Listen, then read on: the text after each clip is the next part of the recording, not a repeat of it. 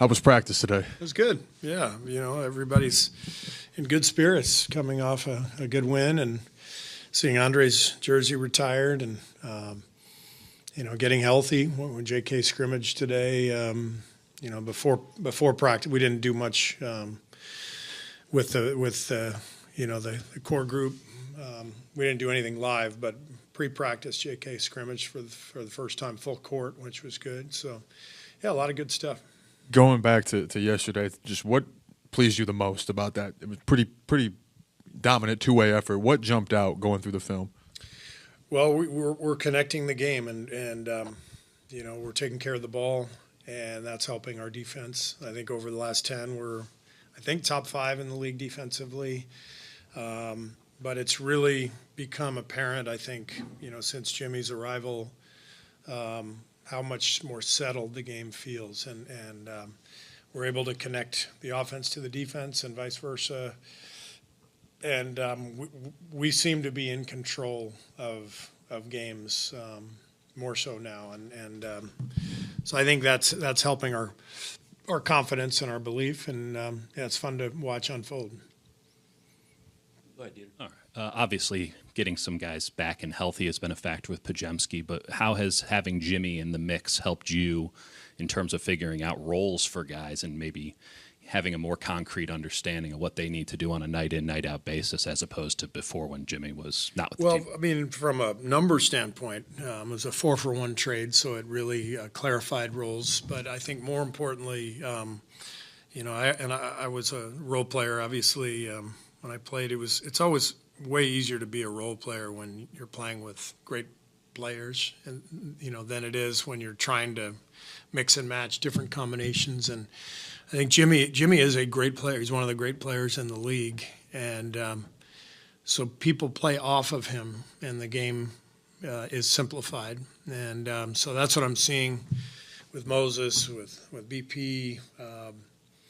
Even with our stars, even with Steph and Draymond, the game has gotten easier because we can play through Jimmy, and it's just easier to make sense of everything when you got a guy like him out on the floor who is just so good at reading possessions and making the right play over and over again.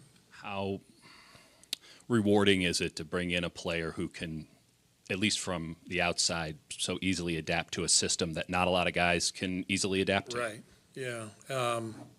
I think that's one of the reasons Jimmy made so much sense for us, because of his basketball IQ, his passing, the way he connects the game at both ends. I mean, he's a brilliant basketball mind, and we've always been at our best. We've talked about it for years, but we've always been at our best when we can put a lot of IQ next to Steph and Dray so that we complement the chaos that they create with a measured approach and a thoughtful approach that sort of gives us an all-around attack.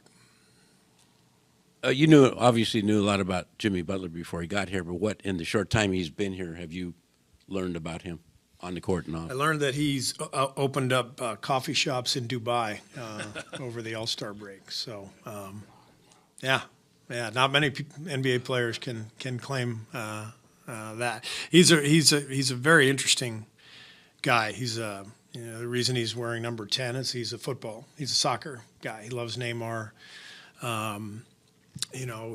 I think the soccer background is displayed in his basketball game, but he's a very worldly guy. He's a very thoughtful guy, and he happens to have a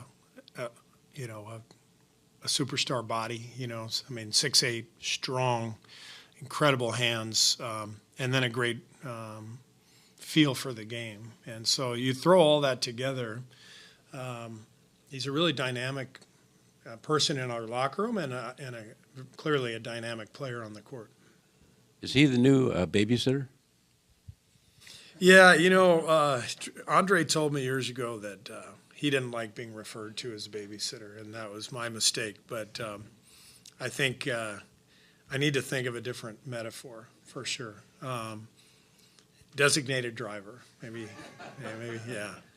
Jimmy's our designated driver now. I see a lot of the same qualities from Jimmy that I saw in Andre, and they're different players, but the feel, the IQ, the understanding of each possession, the importance of each possession, but also recognizing what's happening, what's unfolding, and then just constantly being in the right spot. Very similar to Andre, and that has a calming effect on our team, and we needed that, clearly. When you say Jimmy's a great player, is it inherent that all great players make everybody better, or is it something unique to the qualities that he has? I mean, I think by definition, great players should make other people better, but it's not always the case. I mean, I'm sure you could find players you'd say, man, that guy's great, but maybe he doesn't make everyone better. Jimmy clearly makes everybody better.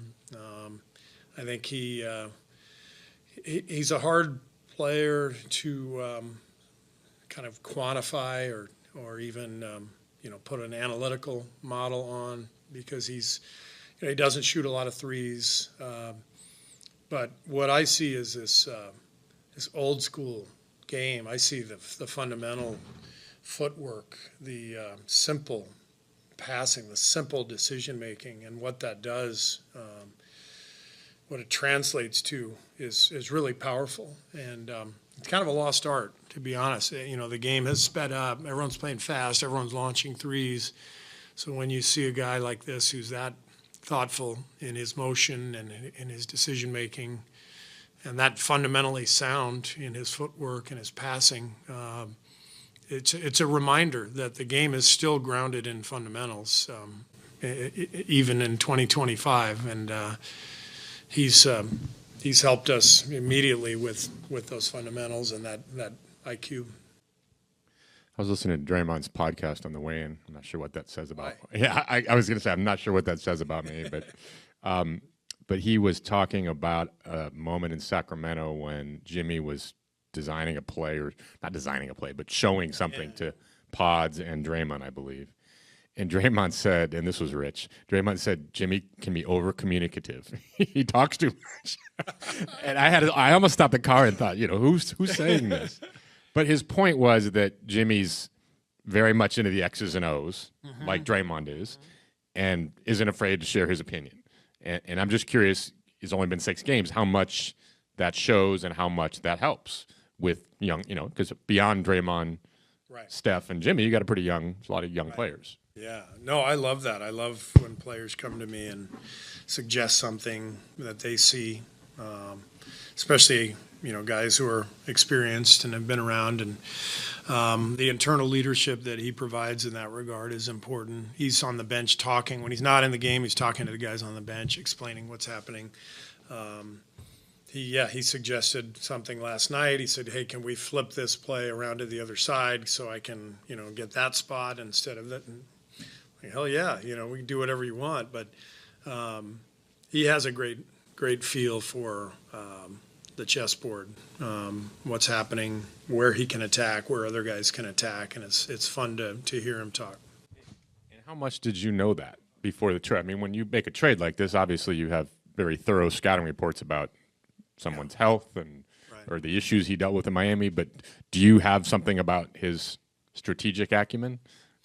We didn't play him a whole lot over the years since he's been in the East most of his career. And so you don't really appreciate someone until you see them a lot and up close. And I knew that he was a great playoff performer. That's been obvious. But the nuance in his game is something you see up close in practice and in games, and you see it night after night, and you see the impact. That's not something that's easy to pick out if you just watch a game once in a while. So it's really been fun to see the impact on the whole team, with the stuff that he does. It appears that Jimmy and Pods have a really good on-court chemistry. What is it about each other's games that seems to play well off of each other? I think just the IQ that each possesses, it plays well together because they see the angles, they see the passes, they see the cuts, and you put them together, especially, with Steph and Draymond out there. There's just a lot that is a lot of possibilities for them, and they both tend to pick those things up quickly, and if the quicker you can pick them up, you beat the defense to the spot, and the play is made, and that's what I'm seeing with those two. It does look like the offense is a little crisper, a little more movement with the ball, a little bit more movement with the player. Are the numbers that you guys have behind the scenes backing that up? Obviously, I think the eye test, we're all seeing the same thing, but the numbers are backing that up to you guys? Numbers back it up. I mean, I think we're top 5 or 6 in offense, points per possession since Jimmy has gotten here. Big reason for that is our turnovers are down. When we lost to Sacramento a month ago, had an 18-point lead at halftime, I think, and they ended up scoring 28 points off our turnovers. And the other night they scored 5 points off our turnovers. So because we're taking care of the ball, we're getting more possessions, more shots at the rim. We're giving up fewer easy buckets, which helps your offense because now you're not having to take the ball out of the net and attack a set defense. So it's the connection of the game that we talk about. We're not running any different plays. We haven't, maybe we added something for Jimmy yesterday, but not exactly, different from other stuff we've run. It's just the game. It's just playing basketball. I guess to follow on that, how much has connecting the game, right? How much has your offense informed the success on the defensive end of the floor, being able to score more consistently, play out of a set defense? Yeah, again, it's always connected, and if you're making better decisions, even when you're not making shots, and we haven't actually. That's one of the things I'm really kind of excited about is last 10 games, I believe, we're top 6 in offensive execution, like 25th in effective field goal percentage. So we haven't even shot it well the last 10, but we're executing well. And so that bodes well for when the ball does start going in at a high level. So the execution is the key to it all. And what the offensive execution does is it sets you up for a good defensive game because you're not bleeding points in transition off of turnovers, and you're not fouling and giving up free throws. So all those numbers point to the connecting of the game. And then how has the anatomy of the defense shifted or changed these last 6 games or so? We're not doing anything differently schematically. It's just I think Jimmy behind the play is similar to Draymond, as a 4-man. He's anchoring the defense. He's really good in zone. We've probably played a little bit more zone the last few games than we did before. And Jimmy and BP at the top of the zone have been really good together. So just all in all, the shift was something we needed. We felt it, and Jimmy's come in and performed, and the guys are feeling very confident. I think Buddy was something like plus 19 last night, and he's looked a little bit more comfortable of late. Has Jimmy unlocked anything with him, or have you seen him turn the corner in another regard? The game's simpler. The game's easier. We're getting better shots, and I do think the lineup continuity now is helping. We've started this way the last 3 or 4 games. It puts Buddy in a 6-man role, and I think he's comfortable with it. But yeah, we're playing better. We're playing with more confidence.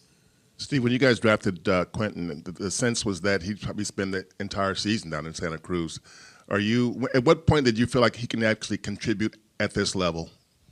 Well, really in training camp we saw the potential because of his 5 years of college basketball experience, his age, his European background. You could see all that stuff, the toughness, the passing, the skill that most 7-footers, lack.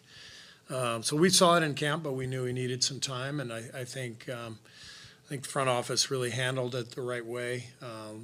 Sending him to Santa Cruz, letting him get 2-3 months of experience before we were ready to bring him up, and they did a great job with him down there. He really worked hard, and it felt like we brought him up at the right time, and I think that's been borne out because he looks very confident, very comfortable out there. last couple of years, you guys drafted guys who had at least 2 years of college. BP had 2, Trace had 4, Brett, and now Quentin. Does that change the way you can, I guess, anticipate them giving you something sooner, or how different is that from when you're drafting 18 and 19-year-olds? Yeah, I mean,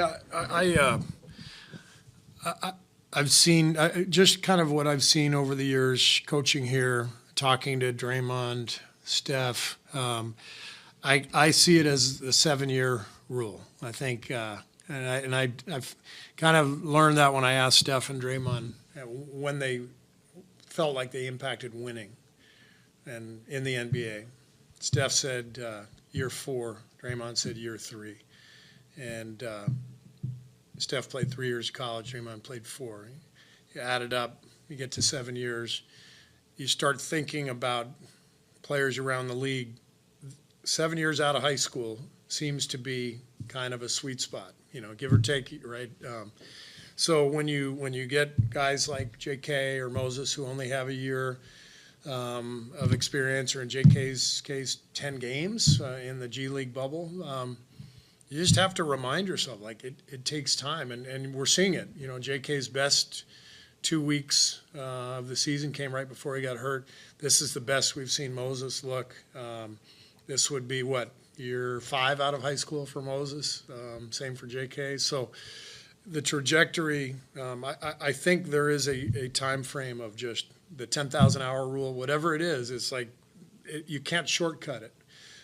So when you get a guy like Quentin who played 5 years of college, it's like it makes more sense. It makes a lot of sense that, all right, he's more ready. Same with Trace. Those guys are more prepared and ready than their counterparts who come straight out of high school. So is there any truth to the rumor that you were banging on Mike's door saying, get me some guys with some experience? I didn't say one word to Mike.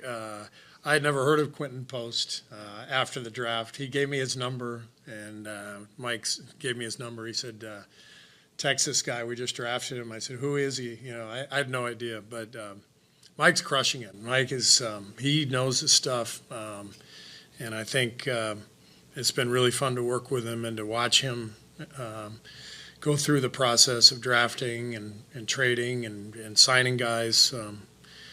He's been amazing. And I told Bob last night, I mean, if we had had Mike during these last 2, we probably would have won 5 championships instead of 4. So. And in fairness, Monty just asked that question to Mike about 20 minutes ago. He said he may or may not have been outside my office.